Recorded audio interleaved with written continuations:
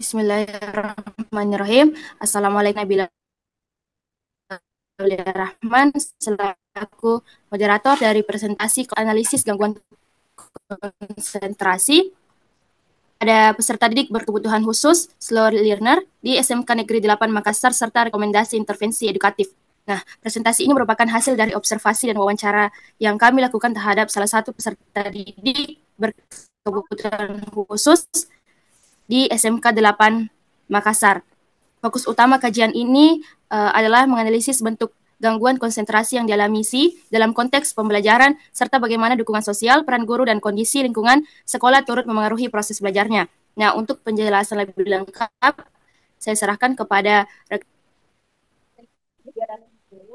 Baik, terima kasih kepada moderator. Di sini saya akan menjelaskan profil singkat siswa yang memiliki kebutuhan khusus. Siswa tersebut bernama Si, siswa yang kami wawancarai di SMK 8 Makassar. Siswa yang berkebutuhan ini memiliki kategori slow learner, di mana siswa ini memiliki karakteristik respon lambat terhadap instruksi yang diberikan, sulit fokus pada tulisan yang panjang, sehingga ketika membaca atau melihat tulisan yang panjang ia sulit fokus, aktif jika didampingi dan pasif jika sendiri. Oleh sebab itu, maka siswa ini sebaiknya diberikan dampingan oleh guru ataupun temannya. Selanjutnya yaitu komunikasi verbal yang kurang lancar dan potensi menggambar dan musik, di mana siswa ini memiliki keahlian di dalam menggambar dan juga dalam bermain musik, terutama dalam bermain piano.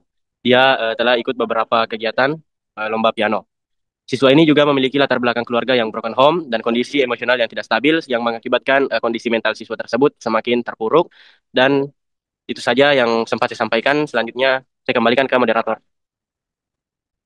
baik. Terima kasih untuk penjelasannya. Langsung saja saya persilahkan kepada pemateri kedua.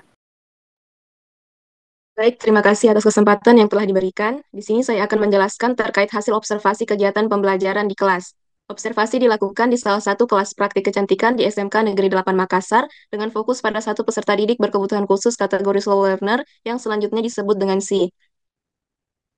Temuan yang pertama yaitu pengaturan tempat duduk dan relasi sosial. Pengaturan tempat duduk Shi di barisan depan bersama dengan teman dekatnya memudahkan guru, memberikan perhatian khusus, serta mendorong interaksi sosial yang positif. Yang kedua, ada kesiapan belajar dan fasilitasi guru. Pada saat praktik, si tidak membawa peralatan belajar, sehingga gurunya merespons dengan empati dan memberikan alat tulis pengganti. Kemudian ada pelaksanaan praktik dan responsi. Di sini si kesulitan mengikuti gerakan praktik, sehingga dia perlu dibimbing langsung oleh guru dan juga teman-temannya. Selanjutnya ada partisipasi dalam kegiatan kelas. Meskipun komunikasi verbalnya terbatas, si mampu memahami materi dengan bantuan guru. Kemudian interaksi dalam diskusi kelompok. Dalam diskusi kelompok, si aktif mencari informasi dan terlibat dalam tugas meski lambat merespon. Keterlibatannya ini mencerminkan motivasi belajar yang kuat, didukung oleh kolaborasi dengan teman sebaya. Selanjutnya ada presentasi kelompok. Shi turut mempresentasikan hasil kelompok dengan bantuan temannya. Partisipasi Shi ini menunjukkan keberanian dan keterlibatan aktif, yang dihargai guru melalui apresiasi verbal sebagai bentuk penguatan diri. Yang terakhir yaitu komunikasi guru dan orang tua. Jadi di sini guru menjalin komunikasi rutin dengan orang tua Shi untuk memahami kebutuhan dan perkembangan anak secara menyeluruh. Demikian yang dapat saya sampaikan, saya kembalikan pada moderator. Baik, terima kasih untuk penjelasannya. Langsung saja ke pemateri ketiga, dipersilahkan. Baik, langsung saja. Berdasarkan hasil wawancara, ditemukan beberapa poin penting dari tiga pihak utama, yaitu guru atau wali kelas, teman sebaya, dan peserta didik berkebutuhan khusus. Dari sisi guru dan wali kelas, peserta didik si membutuhkan pendekatan yang personal dan motivasi yang konsisten agar bisa lebih aktif dalam belajar. Ia sering lupa membawa perlengkapan belajar, memiliki daya ingat yang lemah, dan cenderung pasif jika tidak didampingi.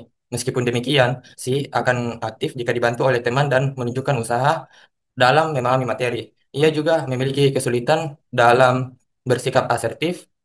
Konselor sebaya terbukti sangat membantu dalam proses belajarnya. Dan guru pun rutin menjalin komunikasi dengan orang tua si untuk memantau perkembangan secara menyeluruh. Dari sisi teman sebaya, si terlihat mudah terdistraksi dan kadang bermain ponsel saat pelajaran berlangsung. Ia merasa lebih nyaman jika bertanya langsung kepada guru atau teman dekatnya. Kehadirannya di kelas cukup konsisten, menunjukkan semangat belajar meskipun kadang tampak murung dan pasif. Teman dekat memberikan dukungan emosional, bantuan belajar, serta informasi yang membantu si menyelesaikan tugas-tugasnya. Sementara itu dari hasil wawancara dengan peserta didik sendiri, diketahui bahwa ia sering merasa kurang fokus, terutama ketika materi disampaikan dalam bentuk tulisan panjang.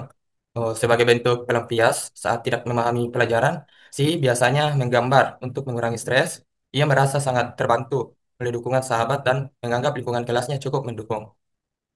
Baik, hanya itu materi yang dapat saya sampaikan. Selanjutnya saya serahkan kepada moderator. Baik, terima kasih untuk materinya. Selanjutnya kepada pemateri terakhir, dipersilahkan.